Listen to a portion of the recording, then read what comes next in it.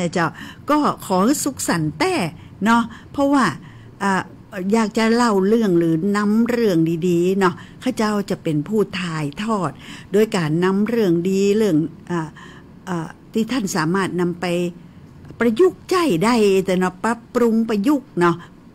เล็กน้อยนะแล้วก็เอาไปใจได้แล้วเป็นจะได้แล้วเกิดการเปลี่ยนแปลงกับลูกหลานตันเต้านะเจ้าเนาะข้าเจ้าขอบคุณไปตั้งสวท.ลำปางโดยเฉพาะท่านผอ.เดือนอินตะนะเจ้าตีเล็งเห็นความสำคัญของเรื่องครอบครัวเรื่องของเรื่องเล็กๆที่สำคัญยิ่งนะเจ้านอกจากนั้นข้าเจ้าก็ขอบคุณไปตั้งศูนย์เรียนรู้เพื่อครอบครัวเข้มแข็งจังหวัดลำปางนะเจ้าซึ่งเขาก็มีท่านอาจารย์พันศักดิ์คำแก้วนะเจ้าเป็นประธานศูนย์อยู่แล้วตอนนี้ก็เดินงานหมายความว่าอายุนี่บ่ได้เป็นเพียงตัวเลขเลยนะเจ้าอาจารย์นี่เป็นปีข้าเจ้าแถมซ้ำนะเจ้าแต่ท่านประยุทธ์ตีจะยะการเพราะว่าอย่างเพราะเห็นว่ายุดบ่ได้ละอ่อนใหญ่ขึ้นตึงวันนะเจ้าเพราะฉะนั้นเรื่องราวของการทำให้ครอบครัวเข้มแข็งในทุกๆด้านบอกว่าจะด้านเศรษฐกิจสังคมนะเจ้าท่านแล้วก็เรื่องพลานามัยเนี่ยท่านจะนำเรื่องนี้ไปสู่ชุมชนนะเจ้าแล้วก็ทำให้ศูนย์เรียนรู้เพื่อครอบครัวเข้มแข็งของเขาเนี่ยเป็นต้องบอกว่าเป็นจังหวัดต้นแบบนะเจ้าใน10ตำบลต้นแบบของลำปางเนี่ยมันมีผลงานแล้วก็เป็นผลงานที่ประจักษ์นะเจ้าจนกระทั่งสนะคะเห็นความสำคัญแล้วก็เลือกลำปางแน่คือเป็นจังหวัดต้นแบบหรือว่าเป็นแซนด์บ็อกซ์นะแปลว่าอย่างนี้ แปลว่าเป็นที่ทดลองนะจะทำมาอย่างเรื่องดีๆคือเป็นสุมาเจ้าคือเป็นต้นแบบสำหรับนำไปใจจังหวัดอื่นนำไปใจได้เปิ้นก็มาลองเอาติลำปางนะเจ้า10ตำบลต้นแบบข้าเจ้าก็รายงานท่านไปแล้วหลายเตือหลายหนเนาะก็อยากจะบอกว่าเอ๊ะนี่อย่างถึง10ตำบลเฮามีจะเป็นตั้งเป็นร้อยนะเจ้าก็เพราะว่าตำบลเหล่านี้เปิ้นสมัครใจเจ้าทั้งประชาชนในชุมชนแล้วก็ต้องบอกว่าทั้งอบต.ก็ดีนะเจ้าแล้วก็ทั้งเทศบาลตำบลก็ดีนะเจ้าเปิ้นสนใจเจ้าเปิ้นอยากจะพัฒนาคนด้วยนะเจ้าก็ติดต่อมาเนาะติดต่อมาแล้วเดี๋ยวนี้เป็นเรื่องยาวเลยเจ้าพัฒนาไปเรื่อยๆในหลายๆด้านนะเจ้าก็ข้าเจ้าก็ดีใจว่าทำซ้ำๆทำบ่อยๆจนกระทั่งเกิดเป็นห้องว่าอย่างผู้ต้องบอกว่า facilitator เลยกำฝรั่งให้ได้สูงม้านะเจ้าคุณเอื้อนะเราต้องบอกวิทยากรกระบวนการเกิดขึ้นในต้นแบบเหล่านั้นนะเจ้าแล้วเป็นอย่างนี้วิทยากรกระบวนการถ้าบ่มีคนเหล่านี้จะมีคนนำให้เกิดการเปลี่ยนแปลงได้จะใดนะเจ้าบ่ใจหมู่เฮาไปนะเจ้าไปสร้างเอาในตำบลต้นแบบปีๆน้องๆเจ้าตั้งหลายหมู่หลายเหล่าเนาะที่มาเป็นวิทยากรกระบวนการนี่นะเจ้ามีตึงอสม.เนาะมีตึงคุณครูมีผู้ดูแลศูนย์เด็กเล็กนะเจ้ามีหลากหลายอาชีพนะเจ้ามาห่วมกันแล้วก็เฮียนหู้นะเจ้าเฮียนหู้ที่จะเป็นวิทยากรแล้วก็ไปสร้างความหู้เนี่ยให้กับผู้ปกครองนะเจ้าถ้าเป็นครูศูนย์เด็กเล็กก็ไปสร้างความหู้นี้ให้กับละอ่อนนะละเด็กละอ่อนตีศูนย์นี่นะเจ้าและเย่ใดมันก็เกิดการเปลี่ยนแปลงที่ดีขึ้นแน่นอนนี่คือจุดหนึ่งที่พวกที่ศูนย์เรียนรู้ครอบครัวเข้มแข็งนะเจ้าภาคภูมิใจที่ว่าเขาได้สร้างคนร่วมกันสร้างคนเนาะพ่องกับแปลงไปเตอะเนาะสร้างถนนหนทางสะพานนะอันนี้ก็ท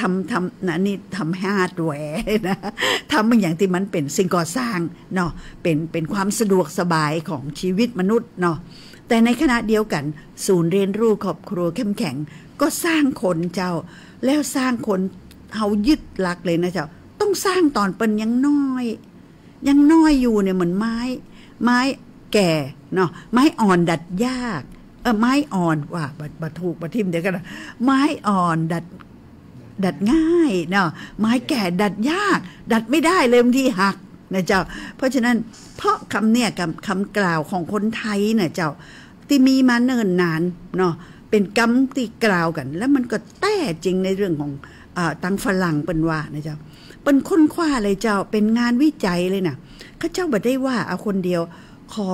อ้างถึงมหาวิทยาลัยฮาร์วาร์ดนะเจ้าที่เป็นทำกราฟเลยนะคะแสดงถึงพัฒนาการของมนุษย์สมองของมนุษย์เป็นพบว่า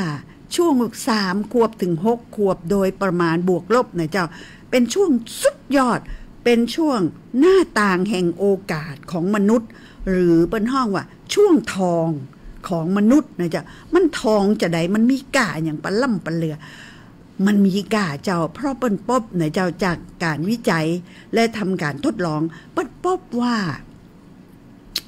ช่วงเนี่ยเจ้า3 ขวบถึง 6 ขวบเนี่ยสมองของละอ่อนสมองของมนุษย์นะเจ้าจะสามารถพัฒนาจะมีประสิทธิภาพมีศักยภาพ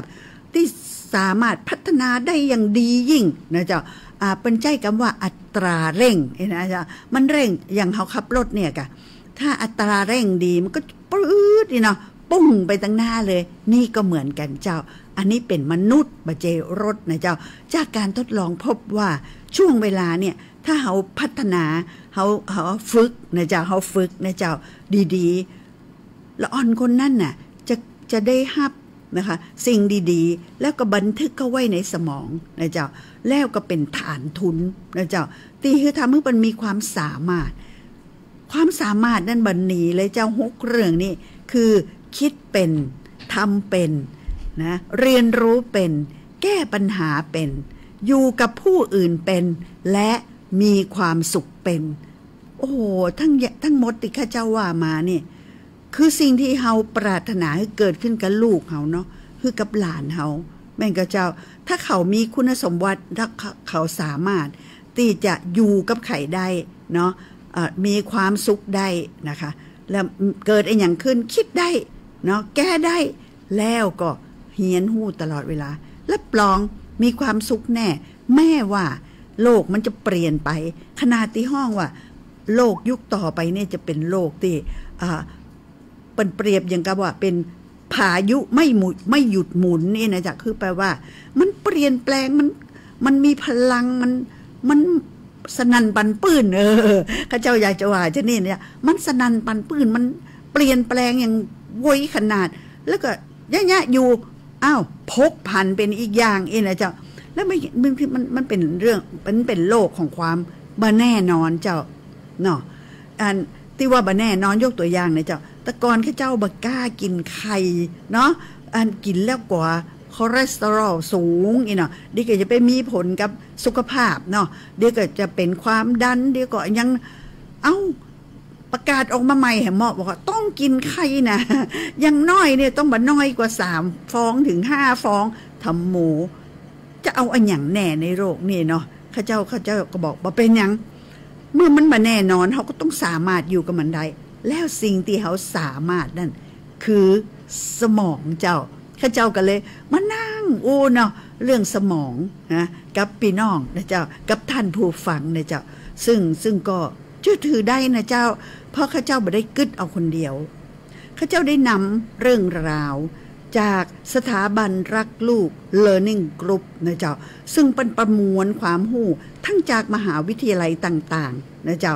มหิดลเป็นต้นเก้าเลยเจ้าเพราะอย่างเปิ้นมีอาจารย์ที่ไปเรียนเรื่องสมองนี่มาโดยเฉพาะแล้วก็มาคบคิดนะเจ้าว่ามันแต้นะยังที่ด็อกเตอร์ฝรั่งเป็นว่าเลยว่าทุกสิ่งทุกอย่างขึ้นกับสมองของเรากำตึกเลยเจ้าคนที่กล่าวคำเนี่ยได้รับรางวัลโนเบลไพรส์นะคะเป็นรางวัลที่1ยอดเยี่ยมที่คนที่เรียนมานะเจ้าในสาขาต่างๆแพทย์พยาบาลวิทยาศาสตร์นะเจ้าเปิ้นโอ้โหเป็นรางวัลสุดยอดของคนที่มีความสามารถต่างนี้เปิ้นถึงกล่าวว่าถึงกล่าวคำเหล่านี้ไว้ให้หมู่เฮาได้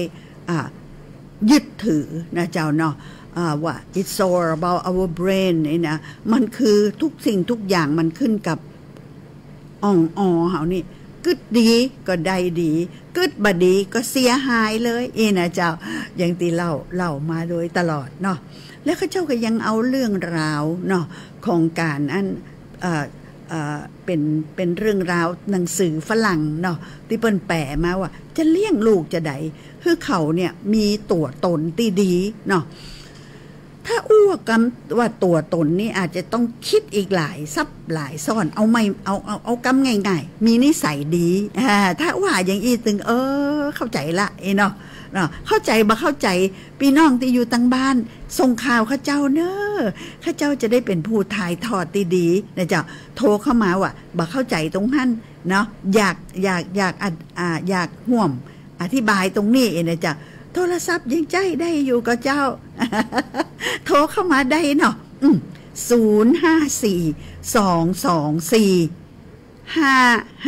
054-224-556นะเจ้าต้องรบกวนคุณอาทิตย์วรรณวารีของเขานะเจ้าเปิ้นคุ้มเครื่องมืออยู่นะเจ้าท่านโทรเข้ามาแต่อันน่ะเขาสามารถอู้กันได้นะเจ้า054-224-556เนาะรายการนี้เขาสื่อ2ต่างเขามีอย่างเขาก็อู้กันได้ง่ายๆมันมีสภากาแฟนะเขาต้องเป็นสภาเขาห้องว่าเขามานั่งโซกันเนาะเรื่องเลี้ยงลูกเนี่ยที่จริงเขาเจ้าจะอยากเอาจากหนังสืออย่างเดียวเนี่ยจะบ่จะอยากมาสื่อสารอย่างเดียวเขาเจ้าอยากฟังของแต้เนาะของแต้หมายความว่าเพื่อผู้ฟังที่อยู่ต่างบ้านโดยเฉพาะปอเฒ่าแม่เฒ่าเนี่ยที่เลี้ยงลูกเลี้ยงหลานได้ดีเป็นคุณหมอเป็นคุณครูเป็นคุณพยาบาลเนี่ยเล่าฟังจิมเนาะท่านเลี้ยงลูกจะใดเนาะท่านมีวิธีการจะใดเฮามาแลกเปลี่ยนกันเนาะเปิ้นว่าหมู่เฮาผู้สูงอายุ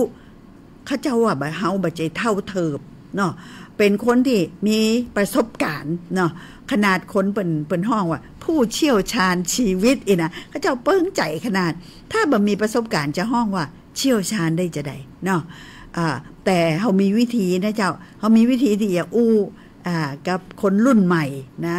คนรุ่นใหม่กับรุ่นหลานเฮาเนี่ยเนาะรุ่นลูกเฮาเนี่ยเนาะคือเขาเข้าใจเฮาเนาะบ่เฮาบ่ห้องเฮาว่ามนุษย์ป้านะแล้วก็บ่ห้องเฮาว่าโอ้คนเฒ่าอู้บ่ฮู้เรื่องนะเฮาจะอยู่ในโลกยุคเนี่ยได้อย่างเท่าเทียมนะเจ้าคนเฒ่าก็อู้กับละอ่อนฮู้เรื่องนะละอ่อนที่ฟังรายการอยู่ก็เข้าใจแล้วก็รับฟังนะแล้วก็เสนอความคิดเห็นใหม่ๆคือคนเฒ่าได้ตันสมัยได้นะเจ้าเปิ้นห้องว่าสร้างสัมพันธภาพซึ่งมันสำคัญนะเจ้าเปิ้นห้องว่าเราจะต้องให้ความสำคัญเนาะกับความสัมพันธ์โดยเฉพาะอย่างยิ่งในครอบครัวเนาะวันนี้ข้าเจ้ามีโอกาสดีอยากจะขอบคุณไปที่ห้องสมุดห้องสมุดลำปางต้องบอกว่าครูแจงของข้าเจ้าซึ่งเป็นบรรลักษ์นะเจ้าเป็นฮื้อหนังสือดีข้าเจ้ามาจนข้าเจ้าได้อ่านแล้วข้าเจ้าโอ๊ตบ่ได้ก็นึกถึงแฟนๆที่อยู่ต่างบ้านนะเจ้าที่เงี่ยหูฟังเอาละเนาะอันบ่ายมานะกินข้าวน้ำจำข้าวตอนแล้วก็จะเปิดฟังเพลงฟังรายการสื่อศิลป์ทินล้านนาเนาะแล้วก็ล่ำเลยมาถึงรายการวิทยุลำปางนะช่วงครอบครัวสุขสันต์ทุกวันจันทร์นี่นะเจ้าข้าเจ้าก็ขอบพระคุณนะเจ้าเพราะฉะนั้นพอกึดเติงหาอะไรเงี้ยอย่างไรพอข้าเจ้าเห็นข้อความหนังสือเรื่องราวดีๆข้าเจ้าอยากเอามาสู่นะเอามาสู่แฟนนะเจ้าเพราะฉะนั้นวันนี้มีรายการพิเศษเจ้าข้าเจ้าเปิงใจหนังสือนี่เป็นหนังสือแปลนะเจ้าแต่เป็นแปลดีเจ้าแปลเป็นภาษาไทยเนาะสาระสรวยแล้วก็พูดเรื่องดีแต่ก่อนที่จะฟังนะเจ้าข้าเจ้าอยากให้ท่านได้ฟังเพลงเนาะถ้าบ่ได้ขอมาคุณอาทิตย์ก็จะจัดฮือนะเจ้าเดี๋ยวขอให้ท่านได้ขั้นรายการเนาะก่อนที่เขาจะฟังนะเจ้าบทความแปลค่ะได้ยินเสียงโทรศัพท์โทรเข้ามายินดีนะเจ้าสวัสดีเจ้าสวัสดีจ้าโอ้ยเสียงหวานสวัสดีค่ะฟังโทรมาจากบ้านใดนะเจ้าโทรมาจาก แม่เมาะแม่ค่ะเมาะค่ะ เอ๊ะเหมือนอย่างหนึ่งเคยโทรเข้ามาเตือนหนึ่งเนาะแม่เมาะนี่นะไม่เคยโทรค่ะและโทรมารายการอื่นพ่องกับเป็เจ้านเป็นโรคเดินไม่ได้ค่ะอ๋อโถนอนติดเตียงแต่ฟังรายการได้นะเจ้าเนาะขอจ้าเจ้าแล้วฟังรายการนี่เป็นครั้งแรกหรือเปล่าเจ้าก็ลองโทรดูโอ้น่ารักลองโทรดูจะติดไหมนั่นเจ้าว่าคุณครูว่าเลี้ยงลูกยังไงเจ้าโอ้ยคุณยายเลี้ยงลูกเจ้าน่าสนใจลูกดีจังเลยโอ้สาธุมีลูกกี่คนเจ้าคุณยาย2 คนค่ะเปิ้นโอ้เล่าน้อยเตอร์2 คนนี่จะใจยิงและทำงานทำการอย่างไรยังผู้ชายค่ะผู้ชายเป็นผู้หญิงเป็นผู้ชายธรรมดาเนาะเปิ้นอยากเป็นอย่างกระต้อยใจเปิ้นนะเจ้าเนาะและอย่างคุณยายถึงบอกว่าพอใจไปนอนโรงพยาบาลศูนย์มะเร็งกันนะเจ้าเป็นจะได้ผ่าสมองค่ะอ๋อเจ้าคนใดที่ผ่าสมองคะป้าเองค่ะอ๋อคุณยายเองเหรอคะโอ้ตอนนี้หายแล้วเนาะหายดูแลโอ้โหนี่เลยเนี่ยดูโอ้โหสาธุมีลูกกตัญญูเนาะตึงปุ๊บขึ้นลูกน่ะจนน้องหมอรักเลยค่ะแล้วคุณยายเนี่ยจะได้คือเป็นจะนี่เนี่ยเราเลี้ยงลูกว่าจนค่ะพ่อแม่จนเจ้าพ่อไปนอกเจ้าแม่เกี่ยวถั่วรับจ้างโอ้ทำงานเนาะอยู่นี่เขาหุงข้าวไว้ผู้ชายนะคุณยายเลี้ยงตั้งแต่น้อยๆเลยเจ้าจ้าอ๋อแล้วก็ฮือเป็นญาติงานบ้านแม่งกับเจ้าโอ้ทำงานบ้านไฟดูดตายอ๋อเจ้ามีเมียไม่เคยให้เมียซักเลยโอ้โหสุดยอดพ่อบ้านไม่ให้เมียซักผ้าซักผ่อนทำมือมดซักรองเท้าทำงานการไฟฟ้าเจ้าแต่ว่าหน้าที่ซักผ้าซักเสียนี่ก็ดูแลทำมือเมียสบายเลยเนาะสร้างบ้านหมดไป2 ล้านกว่านะโอ้โหดูสิขยันเนาะโอ้โหเจ้าขยันจังเลยลูกชายค่ะคุณยายพอจะบอกเคล็ดลับได้กับเจ้าว่าเวลาเลี้ยงเนาะที่เปิ้นอันดูแลเขาใหญ่เติบใหญ่มาเลี้ยงเนี่ยคุณยายจับมีวิธีจะใดเจ้ามีคุณยายเด็กบอกให้เลี้ยงลูกจนเจ้าทำเราจนเจ้าเป็นคนอีสานนะพ่อเขาว่าเจ้าก็ทำงานการไฟฟ้าเจ้าแกคือช่วยเหลือนะเจ้าบ่ได้ช่วยเหลือ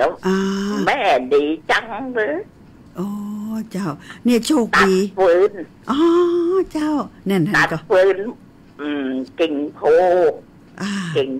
นั่นเขาตัดลงมาเจ้าลูกชายน่ะเจ้าน้องบอยชื่อบอยเจ้าน้องบอยไว้ยัดแสดงว่าชีวิตเปิ้นนี่พ่อแม่ขยันเนาะพ่อแม่ทำให้ดูเหมือนกับว่าลูกได้หันเนาะว่าพ่อแม่ตุ๊กก็ทำงานนะเนาะแล้วเอาให้เปิ้นเนี่ยช่วยเนี่ยงานนั่นด้วยบ่ได้คืออันเป็นคุณหนูคุณชายเนาะคือทำดีโอ้แล้วเปิ้นดูแลคุณยายจ้าดีนะเจ้าเนาะถ้าคุณยายจะคือคุณยายสักหนึ่งความสุขเนาะว่าหนึ่งประโยคหนึ่งความสุขถึงหลานเนาะคุณยายอยากจะบอกหลานว่าใดเจ้าบอกเขาบอกสมัยนี้มันสมัย ไม่แล้วยายย่าเป็นห้องยาเจ้าสมัยใหม่แล้วย่าไอ้อย่างเจอย่าใหญ่ลูกสาวเจ้าก็ไม่ค่อยดูแลแม่อ๋อเจ้าแต่คนนี่ดูแลเนาะคนเป็นผู้ชายนี่ดูแลหมอยังบอกว่าคุณยายไม่มีลูกสาวหรือวะไม่มีหรือแต่คนนี้มาดูแทนนี่เหรอแทนคุณยายต้องปลื้มทำเจ้าเขาทำเขาชอบทำโน่นทำนี่ขยันเนาะทำไว้ให้แม่หมดเจ้าเป็นห้องมันตีนมันมือนะเจ้าเจ้าถ้าอย่างนั้นข้าเจ้าอยากจะขอคุณยายช่วยอวยพรหลานเนาะส่งข้ามส่งมาทางอากาศเนาะปั่นปอนหลานได้กับเจ้าตีทำดีกับคุณยายอย่างเงี้ยให้พรหลานได้ไหมคะได้เอาเลยค่ะเชิญคุณยายให้พรหลานค่ะเขาบวชให้ยายเนาะเจ้าสมมติว่าเขาจะตายเจ้าเขาบวชเขาอะไรคุณยายให้ปั่นปอนเลยเจ้าเดี๋ยวจะหมดเงินเนาะยายน่ารักแต่ว่าคุณยายเจ้าว่าเป็นอย่างเจ้าข้าเจ้าหัวยายหาไม่ได้เจ้าว่าเป็นอย่างหมู่เฮาที่ฟังรายการอยู่ก็ขอทรงใจนะคะคุณยายว่าคุณยายมีบุญแต่เนอเนาะอายุยืนเนาะขนาดคนข้างบ้านนะเขาไปรับลูกเขาอะเจ้าลูกเรา2 คนเนี่ยเจ้าวางหนังสือบอกไม่ดูว่าหนูฉันเป็นครูเลยว่าเจ้ายกมือไหว้เจ้านั่นเราบอกว่าเราเป็นคนจนเจ้าสอนหลับลูกกันนะนี่เป็นหลักการเนาะเจ้าต้องคือเขาหู้ตัวเนาะแต่ก็มันอยู่ก็เลยรู้ตัวเขาเลี้ยงลูกเขาเจ้าเขาสร้างบ้านเขาถ้าหากว่าคุณน้าค่ะเจ้าคุณน้าเก่งแก้วเหรอเจ้าที่เป็นแฟนรายการนี้เนาะเจ้ารู้จักกันเลยเจ้าอยากให้มาดูบ้านเลยนะเจ้าคุณยายค่ะคุณยายจื่อยายอย่างนี่คุณย่าอย่างนี้จากแม่เมาะเนี่ยค่ะคุณย่าต้อยค่ะย่าต้อยเจ้าขอบคุณจัดนักเนอะคุณยายทำให้รายการนี้มีสีสันแล้วก็อุตสาห์สละทุนทรัพย์เนาะโทรศัพท์เข้ามาทำให้รายการนี้จะมีชีวิตชีวาวันหน้าวันตาโทรเข้ามาแหมเนอะเจ้าเนอะเจ้าเดี๋ยวก็ลืมเดี๋ยวก็ลืมต้องน้าต้องบอกเบอร์โทรเจ้าเป็นคนที่จำง่ายค่ะคราวหน้าจะจำมาวันนั้นเนี่ยเจ้าโอ้โหยอดเยี่ยมเลยขนาดนอนอยู่บนเตียงข้าเจ้าบอก0542245556ตั้งยาวคุณย่าจำได้เนาะโอ้โหขอบคุณจ้านักนะเจ้าได้ค่ะแล้วก็โทรเข้ามาในรายการอีกนะคะทุกวันจันทร์นะคะวันนี้ต้องขอบพระคุณนะคะที่กรุณาโทรเข้ามาคุยกันขอบคุณมากค่ะลองโทรมาคุยเจ้าเกิดเป็นสงสารผมจะต้องไปหาหมอเจ้าขอให้หายนะเจ้าหายเจ็บหายไข้ลุกขึ้นได้เดินตัวปลิวนะคะสวัสดีค่ะจ้าสวัสดีเจ้าคุณย่าต้อยหมารักแมวนะจ้ารักหมารักแมวจังเลยจ้าบอก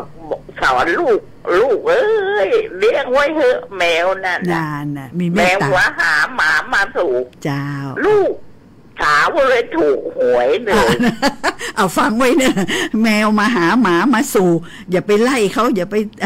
ทำร้ายเขานะเจ้าแล้วโชคดีจะมาตามต้องขอบคุณคุณย่าต้อยวันนี้ต้องขออนุญาตนะคะสวัสดีนะเจ้าสวัส ลืมถามชื่ออะไรเนี่ยป้าพิมพ์ค่ะป้าพิมพ์ค่ะป้าพิมพ์เหมือนจ้าขอบคุณย่าต้อยค่ะสวัสดีค่ะสวัสดีค่ะโอ้ยตายต้องจดไว้เลยเจ้าคุณย่าต้อยน่าฮักจัดนักแสดงว่าเป็นมีความภูมิใจ ในชีวิตที่ได้เลี้ยงลูกแล้วก็หลานแล้วหลานดีแต่เนื้อนะเจ้าดูแลขนาดคุณหมอเนี่ยชมออกปากเลยนะคะว่าหลานเนี่ยมาดีจะนี่เองนะเจ้าโอ้ข้าเจ้าก็บอกว่าท่านมีเคล็ดนะเจ้าที่บอกว่าต้องแบบให้ลูกฟุ้งเฟ้อเนาะแบบจนก็ต้องว่าจนแล้วก็ต้องช่วยกันแล้วก็ทำมาหากินนะเจ้าแล้วก็ให้ทำงานนี่ทำงานบ้านอันนี้สำคัญนะเจ้าที่ลูกหลานเขาจะเป็นคนดีมีห่างนี่นะต้องเนี่ยการจ้างทำงานบ้านบ่ใจว่าจะฮื้ออันทำฮื้อมดฮื้อสะอาดให้อย่างฮื้อทำจ้างเจ้าถ้ามันมดมันมาเกี้ยงเขาก็มาลืมเอาได้แต่พอเขาใหญ่ขึ้นเขาก็จะยะขึ้นได้จ้างนะเจ้าแล้วก็จะมีทำได้ดีด้วยนะเจ้าโอ้สุดยอดเลยนะคะวันนี้แทบบ่ออกเลยขอบคุณคุณย่าต้อยแห่งแม่เหมาะในเจ้าถ้าจะพบกันก็โทรเข้ามาทุกวันจันทร์ในเจ้าคุณย่าเก่งๆเนาะฟังเสียงดูแล้วก็ต้องอายุนักกับเจ้าแต่บอกเบอร์โทรศัพท์คุณย่าว่าไม่ได้จดนะจำเอานะค่ะขอบพระคุณมากนะคะที่โทรมาโอ้บ่ต้องฟังเพลงอ่ะปีอาทิตย์เจ้าบ่ต้องฟังเพลงละได้คุยกับคุณย่าอิ่มใจละเนาะถ้าท่านใดโทรเข้ามาข้าเจ้าก็จะโทรคุยกับท่านนะคะเพราะว่าเป็นเรื่องรักเนาะเนี่ยเอามาแชร์กันจะนี่นะเจ้าที่สำคัญจับลักได้ว่าคุณย่าเนาะคุณย่าต้อยเนี่ยเปิ้นจะกับข้าเจ้าอย่างดีเนาะข้าเจ้าคิดว่าท่านจะต้องเป็นคนที่สุภาพจ่าหวานจ่าดีกับลูกกับหลานเนาะโดยเฉพาะกับหลานนะแล้วเปิ้นห้องว่าเป็นคนมีปิยวาจาเนาะแล้วเข้าใจสอนเนาะเรื่องล่ำเรื่องรวยบัจจัยสำคัญแต่สำคัญคือสร้างเขาคือเขาทำงานเป็นนะเจ้าโอ้ดีจัดนักเลยข้าเจ้าขอบคุณคุณย่านะเจ้าที่ยืนยันว่าคือทำงานบ้านเพราะว่าวิธีการในการสร้างละอ่อนนะเจ้าก็คือตั้งแต่กินนะคือต้องอยู่กับเขาในต้องดูเขาในเรื่องกินนอนนะเจ้ากอดเล่นนะเล่นตัวนะเจ้าเล่านิทานทำงานบ้านและให้ช่วยตัวเองเนี่ยสิ่งหนึ่งที่คุณย่าต้อยทำก็คือให้ช่วยทำงานบ้านนะเจ้าเนาะโอ้ขอบคุณมากนะเจ้าโอ้ยังมีเวลาเหลือข้าเจ้าก็เลยอยากจะให้เห็นว่าครอบครัวนี่มีอิทธิพลนะเจ้าอันนี้ดีตั้งแต่ย่านะเจ้ามาตีหลานนะเจ้ามาตีลูกก่อนแล้วก็ดีไปถึงหลานเท่ามาขนาดนอนติดเตียงเนี่ยบ่ต้องไปอยู่สถานดูแลคนชรานะเจ้าลูกหลานเนี่ยดูแลเนาะดีมากชนิดคุณหมอชมเชยเลยนะจ๊ะข้าเจ้าก็เลยเห็นเรื่องของครอบครัวอีกเรื่องหนึ่งที่น่าจะเอามาถ่ายทอดที่ข้าเจ้าเราเป็นหนังสือแปลนะเจ้าจากหนังสือดีนะเจ้าเรื่องหนึ่งคือเรื่องโรงละครของครอบครัวมันเป็นจาใดฮะโรงละครของครอบครัวข้าเจ้าจะขออนุญาตถ่ายทอดให้ฟังในวันนี้นะเจ้าเมื่อพ่อแม่ต้องจัดฉากเพื่อเตรียมความพร้อมให้ลูกไม่มีอะไรจะเหมาะไปกว่าชีวิตคู่ที่ดีต้องขอบคุณคนที่เขียนเรื่องนี้นะเจ้าปั้นเป็นฝรั่งเจ้าชื่อคุณคริสเตียนฟิชเซอร์จะขอโทษคุณคริสเตียนฟิชเซอร์กายนะปั้นเขียนว่าเชคสเปียร์พูดถูกที่ว่าโลกคือละครโรงใหญ่และก็อย่างที่นักบำบัดชีวิตคู่และครอบครัวกล่าวว่าคุณคือตัวละครและเวทีคือครอบครัวของคุณนั่นเองเพราะลูกๆจะมองเห็นทุกอย่างบนเวทีนั้นการ แสดงต่อคู่สมรสไม่ว่าจะดีหรือร้ายเช่น การตัดสินใจความขัดแย้งและการแสดงความรักจะค่อยๆหล่อหลอมสิ่งที่เรียกว่า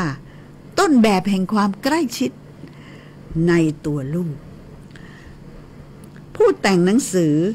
ชาวอังกฤษกล่าวว่ามีงานวิจัยยืนยันว่าต้นแบบของความใกล้ชิดนี้จะฝังใจลูกตลอดไปชีวิตคู่ที่มีปัญหาอาจทำให้ลูกๆมีปัญหาทางพฤติกรรมหรือสุขภาพเช่นน้ำหนักเพิ่มหรือปวดศีรษะเขาได้กล่าวว่านอกจากนี้การเรียนของเด็กอาจจะตกต่ำและบุคลิกภาพของเด็กจะเปลี่ยนไปนี่นะเจ้านี่คือคุณหมายถึงพ่อกับแม่นะเจ้าคือตัวละครและเวทีคือครอบครัวการกระทำของพ่อกับแม่ทุกอย่างอยู่ในสายตาของลูกนอกจากอยู่ในสายตาแม้แต่กำอู้เสียงที่แว่วมาก็บันทึกไว้ในหัวของลูกนอกจากนั้นปัญหาครอบครัวจะติดตัวเด็กไปจนโตลูกอาจดำเนินรอยตามความล้มเหลวของพ่อแม่และสืบทอดต่อไปยังลูกหลานรุ่นแล้วรุ่นเล่านักบำบัดชีวิตคู่และครอบครัวอธิบายส่วนเด็กที่มาจากครอบครัวอบอุ่นมักจะมีสุขภาพดีตลอดจนมีความสามารถทั้งด้านสังคมและการศึกษาผู้เชี่ยวชาญและผู้ที่เป็นพ่อแม่ต่างยอมรับว่าพื้นฐานของชีวิตคู่ที่ดีคือการเคารพซึ่งกันและกันสิ่งสำคัญคือเราต้องไม่หักหน้ากันเองต่อหน้าลูกๆแม่คนหนึ่งกล่าวเธอกับสามีจะดึงอีกฝ่ายหนึ่งออกไปคุยในเรื่องที่ขัดแย้งเป็นการส่วนตัวแทนที่จะทะเลาะกันต่อหน้าลูกและทางที่ดีควรเก็บคำวิพากษ์วิจารณ์ไว้ก่อนหลายครั้งที่ฉันคิดว่าสามีรุนแรงกับลูกชายมากไปแม่คนหนึ่งพูดขึ้นแต่ฉันก็ปล่อยให้เขาจัดการพอเราอยู่กันตามลำพังจึงบอกเขาว่าฉันคิดอย่างไรนี่พ่อแม่เปิ้นเคารพกันนะเจ้าเปิ้นมาพิดหัวกันตอนหน้าลูกนะบอกเธออู้อย่างอันกับลูกได้จะได้อีนะเอาล่ะลูกก็ชักงงเนาะป่อว่าอย่างแม่ว่าอย่างอันนี้สร้างความสับสนนะเจ้าแต่ในหนังสือเล่มนี้นะเปิ้นบอกว่าควรเก็บคำวิพากษ์วิจารณ์ไว้ก่อนนะเจ้าปล่อยให้เขาจัดการพอเราอยู่กันตามลำพังจึงบอกเขาว่าเราคิดอย่างไรนี่เป็นวิธีการนะจ๊ะผู้เขียนยังบอกให้พ่อแม่ระมัดระวังเกี่ยวกับเวลาและสถานที่ยามระเบิดอารมณ์ในเรื่องจุดอ่อนของอีกฝ่ายบางคนบ่นเรื่องคู่ครองให้เพื่อนหรือญาติฟังทางโทรศัพท์โดยไม่รู้ว่าลูกๆกำลังฟังอยู่เธออธิบายสามีและภรรยาควรมีความเป็นผู้ใหญ่มากพอที่จะตระหนักว่า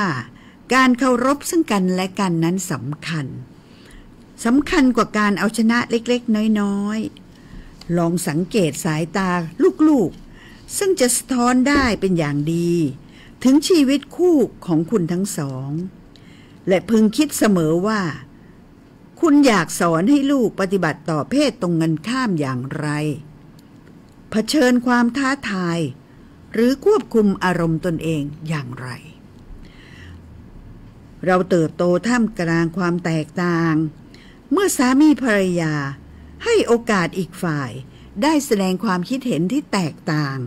เด็กๆก็จะเรียนรู้กันเองนักบำบัดชีวิตคู่และครอบครัวกล่าวยกตัวอย่างครอบครัวหนึ่งที่พ่อแม่ไม่เคยอธิบายว่าทำไมจึงตัดสินใจเช่นนี้แต่ลูกก็เรียนรู้ตั้งแต่ยังเด็กเมื่อโตขึ้นลูกจะซึมซับเทคนิคการตัดสินใจจากพ่อแม่เช่น เมื่อได้ยินพ่อแม่ปรึกษากันว่าจะไปเที่ยวที่ไหนเมื่อไหร่เด็กก็จะเรียนรู้เรื่องการวางแผนและการประนีประนอมบางครั้งการจัดการกับชีวิตประจำวันทำให้เกิดการโต้เถียงที่เผ็ดร้อนขึ้นได้แต่ความขัดแย้งอาจเป็นโอกาสทองสำหรับลูกๆในการเรียนรู้หากการกระทำนั้นเหมาะสมไม่ว่าคุณจะโต้เถียงกันเรื่องความวุ่นวายในชีวิตประจำวันหรือการตัดสินใจที่เปลี่ยนแปลงชีวิตวิธีการที่คุณโต้เถียงมีบทบาทสำคัญที่สุดวิธีที่ดีสำหรับการรับฟังวิธีที่ดีคือการรับฟังและแสดงจุดยืนของตนโดยไม่ริดรอนสิทธิของอีกฝ่ายเขากล่าวแนะนำเมื่อเห็นพ่อแม่ทำเช่นนั้นเด็กๆก็จะไม่รู้สึกกลัวความคิดเห็นที่ไม่เหมือนกันเพราะรู้ว่าความแตกต่างไม่ใช่เรื่องเสียหายจริงๆแล้วเด็กที่เรียนรู้การโต้แย้งอย่างมีวัฒนธรรมจากผู้ใหญ่ในบ้านจะต่อสู้กับชีวิตนอกบ้านได้พร้อมกว่าเราไม่จำเป็นต้องแกล้งทำเห็นพ้องเสมอนะหมายความว่าผัวเมียกันเนี่ยมันต้องว่าไหนว่ากันว่าขวาไปขวาว่าซ้ายไปซ้ายนะเจ้าอันนี้ฝรั่งเพิ่นบอกว่าเราไม่จำเป็นต้องแกล้งทำเป็นเห็นพ้องกันเสมอไปตราบใดที่เราแก้ปัญหาได้ก็ถือว่าใช้ได้การให้ลูกรู้เห็นกระบวนการนี้จะทำให้เขาเรียนรู้วิธีที่จะปฏิบัติต่อเพื่อนที่โรงเรียนหรือกับพี่น้องลูกๆจะเรียนรู้ทักษะการต่อรองการประนีประนอมการฟังและการเคารพผู้อื่นนักจิตวิทยากล่าวหลังการโต้เถียงพ่อแม่ไม่ควรอายที่จะแสดงความรักหรือทำดีเป็นการชดเชยอันนี้ข้าเจ้าขอทวนนะเจ้าหลังการโต้แย้งพ่อแม่ไม่ควรอายที่จะแสดงความรักหรือทำดีเป็นการชดเชยเด็กจำเป็นต้องรู้ว่าพ่อแม่รักกันและมีความสัมพันธ์ที่ดีต่อกันนักจิตวิทยากล่าวการจุมพิษโอบกอดหรือกล่าวคำชมเชยจะช่วยทนุถนอมความสัมพันธ์ของคุณทั้งสองขณะเดียวกันก็ช่วยให้เด็กให้ลูกของเรามีพัฒนาการด้านอารมณ์ที่ดีบางครั้งการที่มีเด็กอยู่ด้วยในเวลาที่ต้องพยายามประคองอารมณ์ก็อาจจะไม่เหมาะสมนักอันนี้เป็นโครงหมายความว่าถ้าหากมันอยู่ในสถานการณ์ที่มันเครียดรุนแรงนะเจ้าก็บ่น่าจะฮื้อละอ่อนอยู่ด้วยในขณะนั้นข้าเจ้าขอย้อนแห่งกรรมนะเจ้าบางครั้งการมีเด็กอยู่ด้วยในเวลาที่ต้องพยายามประคองอารมณ์ก็อาจไม่เหมาะสมนักคนเราย่อมอยากมีโอกาสที่จะพูดคุยกันโดยไม่ต้องพะวงว่าจะต้องเป็นตัวอย่างที่ดีให้ลูกๆนี่นะมันก็มีข้อแม่นะเจ้าหมายความว่าเฮาผัวเมียกันเนี่ยถ้ามันรุนแรงแล้วจะต้องมันเริ่มอารมณ์มันขึ้นน่ะก็บ่จำเป็นที่จะต้องให้ลูกมามีส่วนด้วยนะเจ้าเพราะว่าบางทีมันต้องอู้กันให้แห้งนี่แน่ มันผัวเมียกันเนาะต้องอู้กันให้แห้งเขาก็ประจำเป็นว่าโอ้จะต้องเอาลูกมาฟังต้อยมันจะได้เห็นโอ้อย่างนี้นะเจ้าเป็นเขาต้องดูนะเจ้าเนาะถ้าชีวิตคู่ของคุณไม่สมบูรณ์ก็ยังไม่สายเกินไปที่จะแก้ไขปรับปรุงชีวิตคู่ที่ไม่ราบรื่นจะกระทบจิตใจเรื่อยไปจนแม้ลูกจะโตเป็นนักศึกษามหาวิทยาลัยแล้วนอกจากจะเปลี่ยนแปลงชีวิตคู่ให้ดีขึ้นพ่อแม่ยังสามารถชดเชยช่วงเวลาที่เคยมีปัญหาด้วยการสร้างสัมพันธภาพใหม่ที่มีคุณค่าซึ่งจะมีส่วนช่วยให้ลูกเป็นคนอดทนและมีความหวัง รวมทั้งเข้มแข็งเมื่อเติบโตเป็นผู้ใหญ่โอ้โหท่านชอบบทความที่ข้าเจ้าเอามาอ่านค่ะบางทีหลายส่วนมากข้าเจ้าก็จะเอาเรื่องว่าพ่อแม่จะเลี้ยงลูกจะได้เนาะจะเข้าใจลูกจะได้จะพัฒนาลูกจะได้แต่วันนี้เอาเรื่องของการทำตัวของคนที่เป็นพ่อกับแม่และอยู่ด้วยกันนะเจ้าแน่นอนชีวิตคู่มันต้องมีกระทบกระทั่งกันพ่องเหมือนลิ้นกับฟันนะเจ้าและบทความอันเนี้ยบอกเขาชี้เขาเห็นว่าในยามที่ลิ้นกับฟันกระทบกันนั้นนะเจ้ามันเป็นจังหวะที่ดีที่เขาจะควบคุมอารมณ์เนาะและในขณะที่มีลูกอยู่เนี่ยค่อยทีถ้อยอาศัยแล้วก็พยายามประนีประนอมนะเจ้าแล้วลูกจะเฮียนหู้เจ้าเรื่องอย่างอี้เขาจะหู้จากใครเล่ามันบ่จะมีที่โรงเรียนเนาะเขาก็จะเฮียนหู้จากพ่อและแม่ซึ่งจะเป็นตัวอย่างของการสร้างสัมพันธภาพที่ดีนั่นเองนะเจ้าเนาะโอ้หนังสือนี่ต้องขอบคุณมากนะเจ้าคิดว่ามันจะเป็นตัวอย่างของการทำให้ครอบครัวนี่เข้มแข็งขึ้นท่านชอบหรือบ่ชอบจะได้กับบทความที่ข้าเจ้าไปคัดสรรมานี่นะเจ้าท่านบอกข้าเจ้าใดเนอะเพราะว่ามันจะทำให้ท่านแฮปปี้เรามีความสุขแล้วก็เอาไปใจใดนะเจ้าสำหรับวันนี้นะเล่าไว้กันเหลือ4 นาทีว่าเป็นอย่างเจ้าเขาก็จะพบกันได้ทุกวันจันทร์นะเจ้าหลังข่าวบ่าย 3นะเจ้าโดยประมาณก็จะ50 นาที45 นาที50 นาทีเรื่องราวเกี่ยวกับครอบครัวแล้วก็ข้าเจ้าต้องขอบคุณคุณย่าต้อยจากแม่เหมาะจ้าดนักนะเจ้าตีวันนี้กรุณาโทรเข้ามาเนี่ยเจ้าข้าเจ้าอยากคือท่านได้ร่วมเป็นเจ้าของรายการด้วยกันเพื่อสร้างครอบครัวสุขสันต์นะเจ้าสำหรับวันนี้ข้าเจ้าพิมธิดาดีบุกคำก็ต้องขออนุญาตอำลาท่านไปก่อนด้วยเวลาหมดเวลาเหี่ยแล้วพบกันวันจันทร์หน้านะเจ้าบ่าย 3 โมงเจ้าสวัสดีเจ้ารายการวิทยุลำปางช่วงครอบครัวสุขสันต์ทุกวันจันทร์ 16 นาฬิกาหลังข่าวถึง 17 นาฬิกาสวทลำปาง FM 97 เมกะเฮิรตซ์